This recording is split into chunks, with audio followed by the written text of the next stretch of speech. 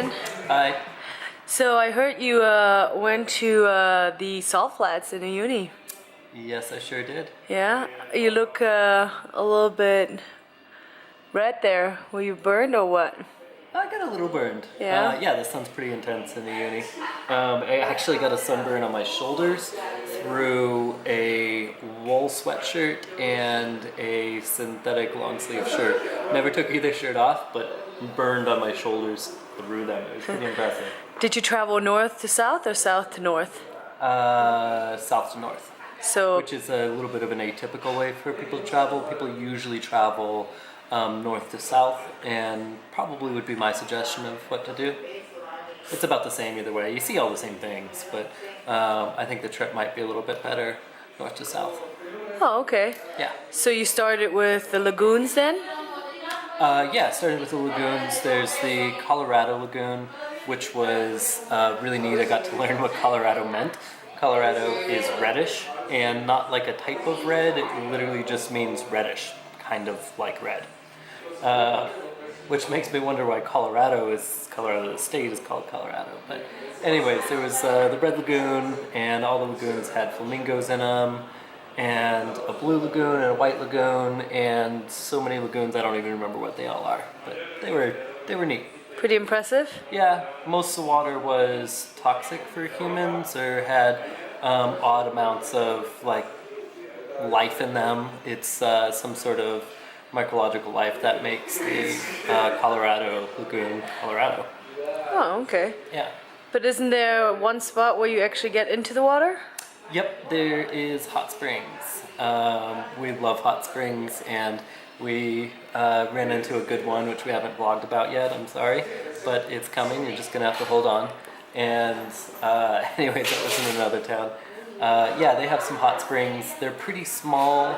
They do a good job of staggering the cars and when they all get there, and so they never get terribly crowded. I mean, there are people in it, but hey, it's a hot springs in the middle of the desert, middle of nowhere. So that was kind of like your first day? Yeah, first day was, we left San Pedro, drove for a while. It's a lot of very deserty scenes. Ended up strapping a GoPro on top of the car. So you're probably, if I figured it out, you're seeing a little tiny picture in the corner of a video of all the GoPro footage stringed together. And if I didn't figure it out, you're going to be seeing something else. So you were talking about some acidy death mud something. Yeah, that was something else on the first day. So the first day, if you're going from south to north, you get to your highest elevation point, which is geothermic activity. There's, I call them acid or mud pools of death. They're boiling pools of yuck, and people do crazy things like wave their jacket really close to a geothermal vent. It didn't seem like an excellent idea to do because you can't see and you might fall in and then you die. So yes, don't be like that guy. What about the vegetation? Yeah, there's a lot of really funny, weird vegetation, it being in the desert and super dry. They have these alien-looking, like, moss things. I found they were really, really neat. Yeah, they grow on rocks, and they're really hard. They look like they'd be super soft and squishy and something you'd want to lay on, but they're not. They're very hard, and I think they came from an alien planet. So, where do you stay in the middle of the desert? There's a couple refugios, you can stay in them, which is what we did and what all the tours do. One of them is particularly neat. It's the salt hostel. Everything in it is made out of salt. And I say that because I've heard that a whole bunch of times and it sounds super neat, but it is in reality an actual real just standard brick and mortar building that somebody plastered salt on all the walls and threw salt on the floor. And I think the tables I think they're concrete too, and there's just plastered salt on them. But so for the most part, everything you touch is salt, but it was a little disappointing for me because I was imagining like an igloo, like salt blocks that were stacked up and actually made the building, which is not what it is. And they do have those in a uni. A lot of the buildings are made out of salt just because it's abundant and relatively hard, so it's a good thing to make things out of there. So your second day, you kind of heading back or further north and seeing some great things. Any animals in the desert? Yeah. Yeah, Desert Fox came out, said hi. I think they're pretty trained to come to the cars because the cars feed them, so it was neat to see a desert fox though. But we also saw a bunny early in the morning or a few bunnies that were warming themselves up on the rocks before starting their day. I feel a little bit sorry for some of the animals out there. There's not a lot for bunnies to eat, but they seem to be doing fine, and I don't think there's a lot of predators either, so except for maybe the fox. Foxes probably eat bunnies, don't they? Yeah, probably. Maybe it's a good thing we fed the fox. Let the bunny live another day. So some cool rocks that you saw then. Yeah, there's a tree rock, which is the most famous one there. Ended up scaling up a couple of the rocks. Had a good time just playing around, doing a little bouldering, rock climbing.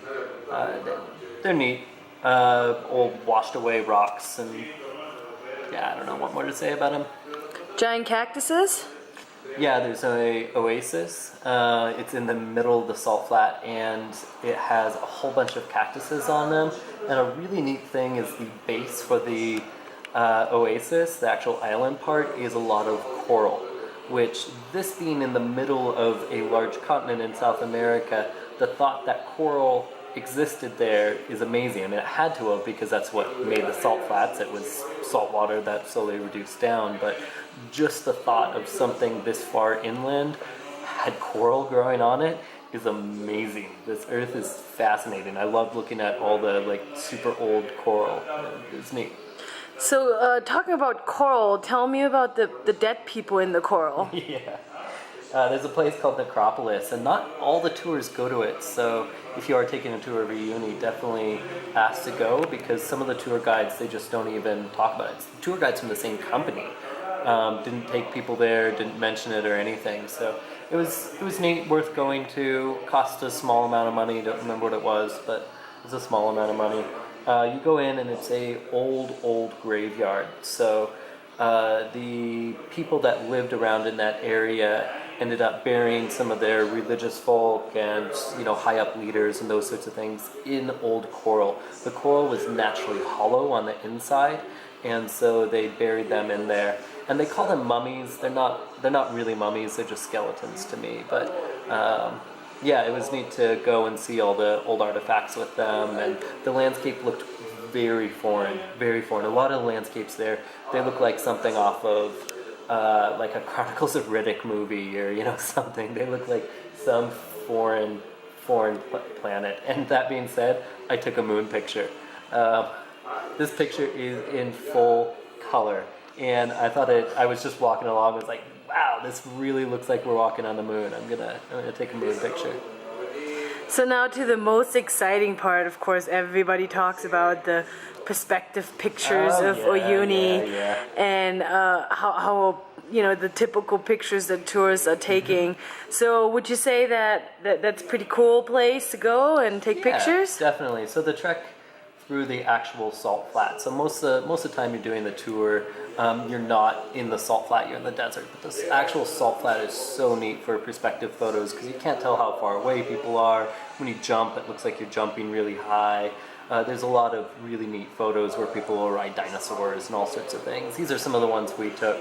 One of the benefits I noticed from going north to south was there was a market, and they clearly know this as well, and so they sell dinosaurs and llamas and all sorts of props for photos like this. We just kind of took photos with what we had, and I felt like we had 1,000 great ideas for different photos to take, and then when we actually got there to do it, we were like, oh, so what are we gonna do, guys? We ended up meeting a bunch of really great people on our tour. They were fantastic. I liked them all, and we're sharing photos back and forth. And I hope we can stay in touch over time because they were neat people. And that's one of the really important things about any tour or travel or anything. It's not as much about the destination. I mean, it is, but it's half about who you experience it with and what that experience is going to become. Definitely. So you did a 2-night, 3 days tour, and now you're in a uni, or you arrived to a uni. What did you do after that? Oof. Oh, geez. Border crossing from hell. So before we got into uni, we had a 23-hour night bus ride to get to San Pedro. We rested for a little bit, but pretty quickly got tour and tickets to go do a uni. A uni, the first night, nobody really slept because of how high the elevation was. It was just shy of 15,000 feet above sea level. So everybody had a little like minor signs of elevation sickness, you know, headaches, you can't really sleep, not just because of the headache, but it's just the elevation. It does funny things to your body.